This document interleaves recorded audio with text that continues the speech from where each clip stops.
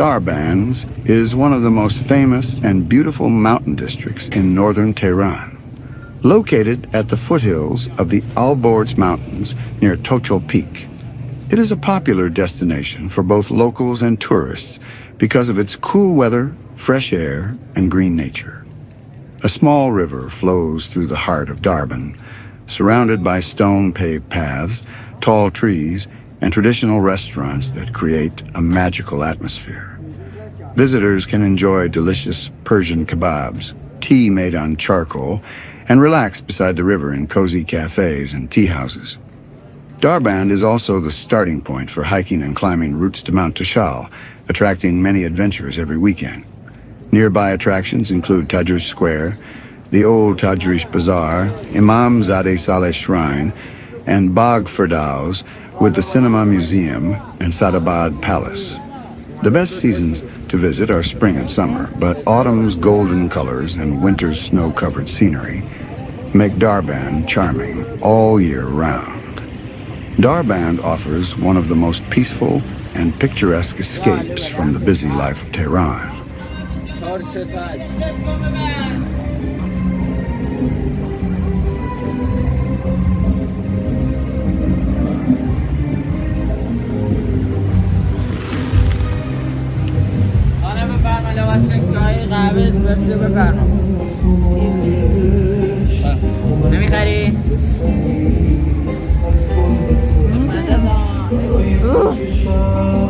نمیخری؟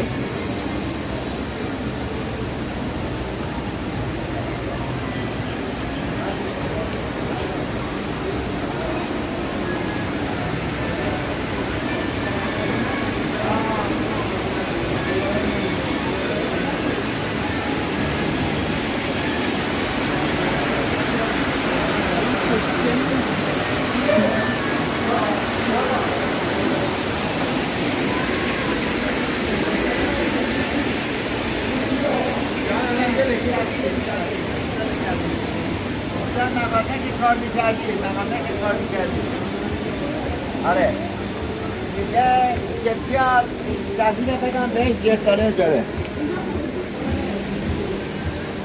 آره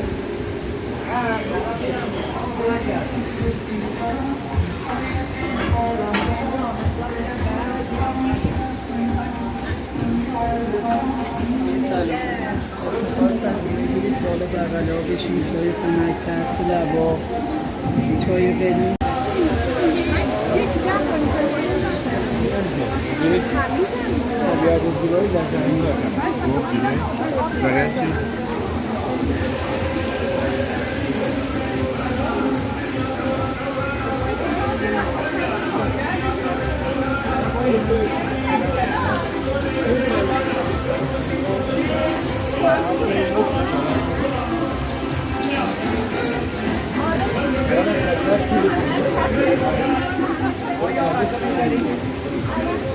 بالا بابا نگاه کنیم نگاه کاملا به قسم بینه کنه تو برگردیم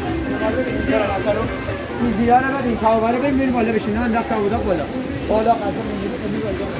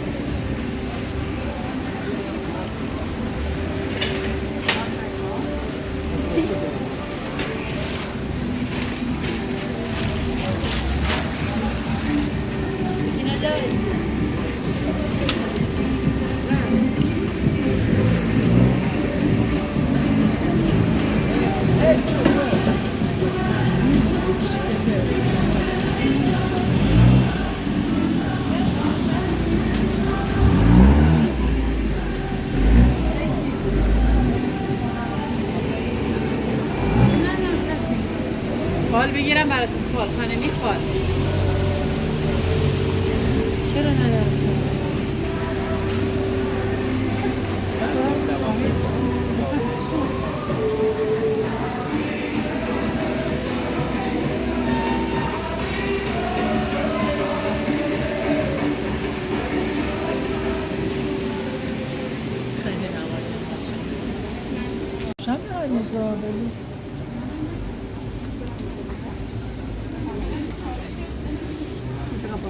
خیلی